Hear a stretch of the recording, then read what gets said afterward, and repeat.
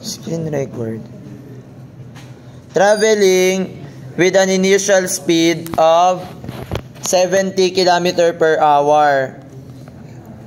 So, velocity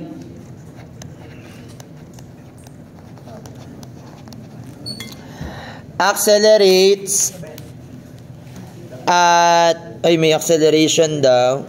May tayo sumulat.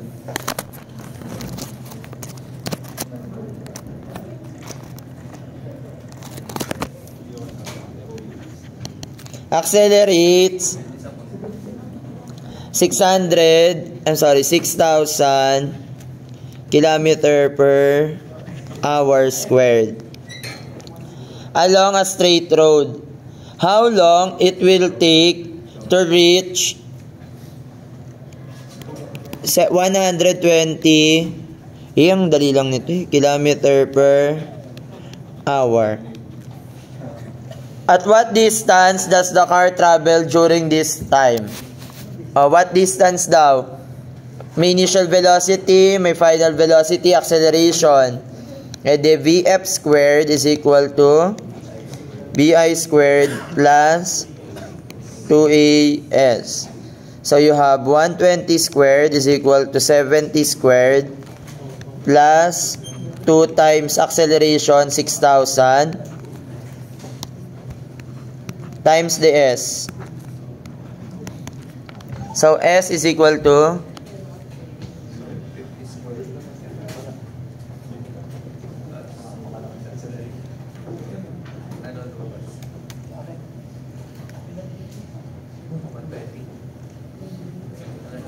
100. Maliit masyado. Kilometer yung units naman niya. Times yun na 1,000 para maging meter.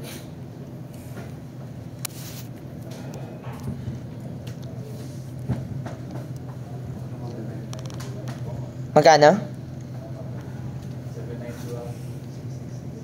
792?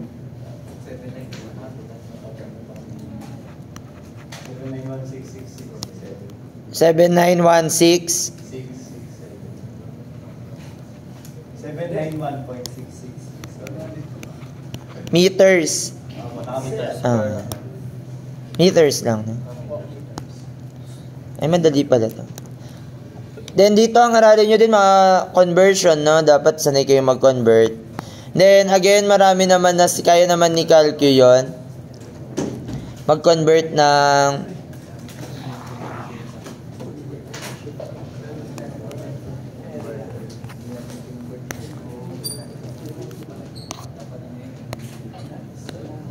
ml.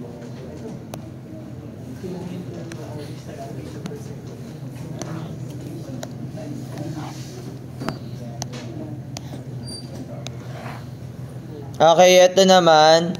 Alam ko bago to. Test reveal that a normal driver takes about 0.75 seconds before he or she can react to a situation to avoid collision. Tama? It takes about 3 seconds for a driver having 0.1% alcohol in his system to do the same. Ano ba yan? May lasing. If such drivers are traveling on a straight road at 30 mph or 44 feet per second and their cars can decelerate at 2 feet per second, determine the shortest stopping distance D for each moment they see the pedestrian. Moral, if you must drink, please don't drive. No? So, ito yon. For example, meron ka ditong highway. No? Dito nagda-drive yung sasakyan. Wala ba tayong kotse dito? Baka may pa-kotse dyan. Ay, wala. Kunwari kotse to. Yan.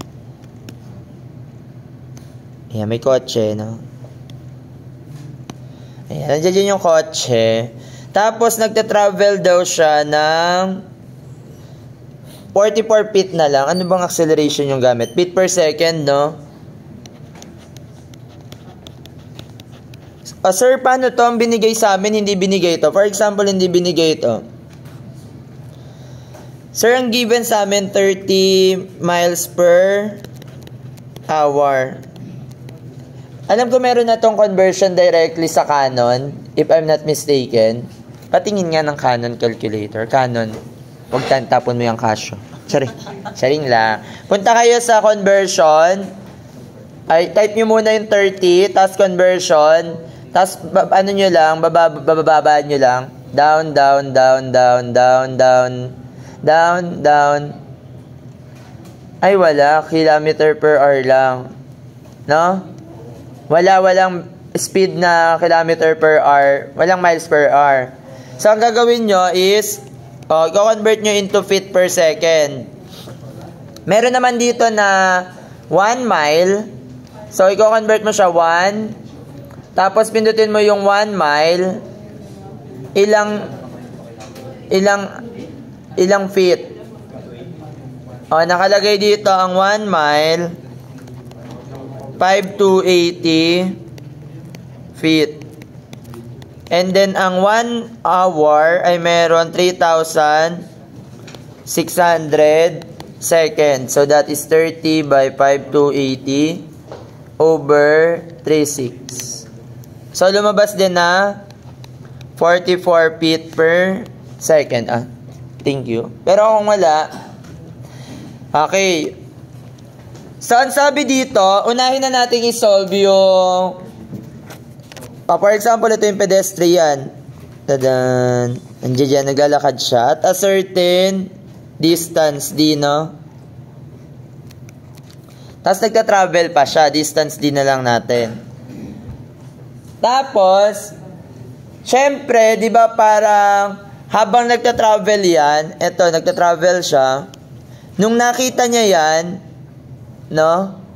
Nung nakita niya yung tao na yan, dun pa lang niya pipindutin yung preno. Na-imagine? No?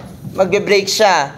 Ibig sabihin, may ita-travel pa siya na certain distance. No?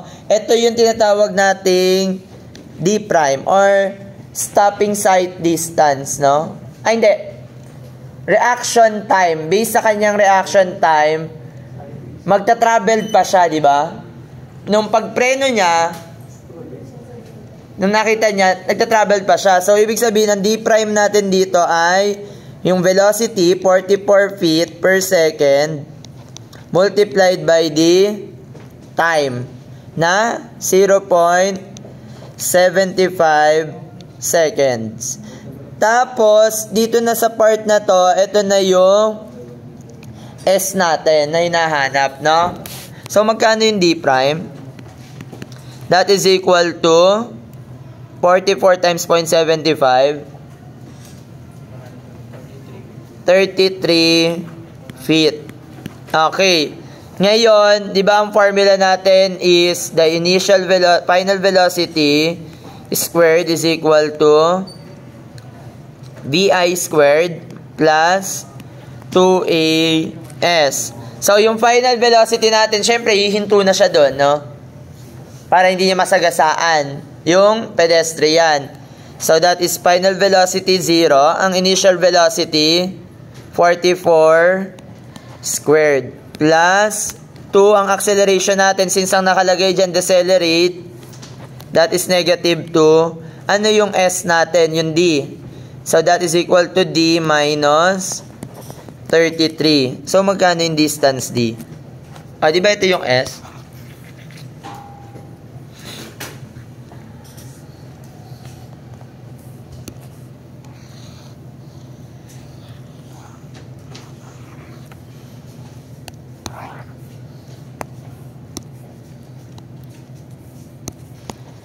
Magkano yung S? Distance D pala, sorry. 517 feet. So, ibig sabihin, kapag hindi ka nakalase, hindi ka nakainom, pag hindi ka nakainom ng alak, okay lang na ganyan kalayo pa yung ganyan kalapit lang yung tawag dito, yung pedestrian, no? Kapag hindi ka nakainom ng alak. Paano pagka nakainom ka na daw ng alak, no? May 1% alcohol ka na. So, yung reaction time na niya ay 3 seconds. So, you have 44 times 3. So, ano na yung distance niya na to? D prime. 44 times 3, that is equal to 132. So, gamitin lang uli natin tong formula na to. Ayan. So, ano na yung D natin? This is 132. So, magkano yung distance din niya? That is... So, ibig sabihin, kapag nakainom ka ng alak, no? Grabe yung distance, no? Kaya, ang moral lesson, don't drink. Hindi. Sabi nila mas maingat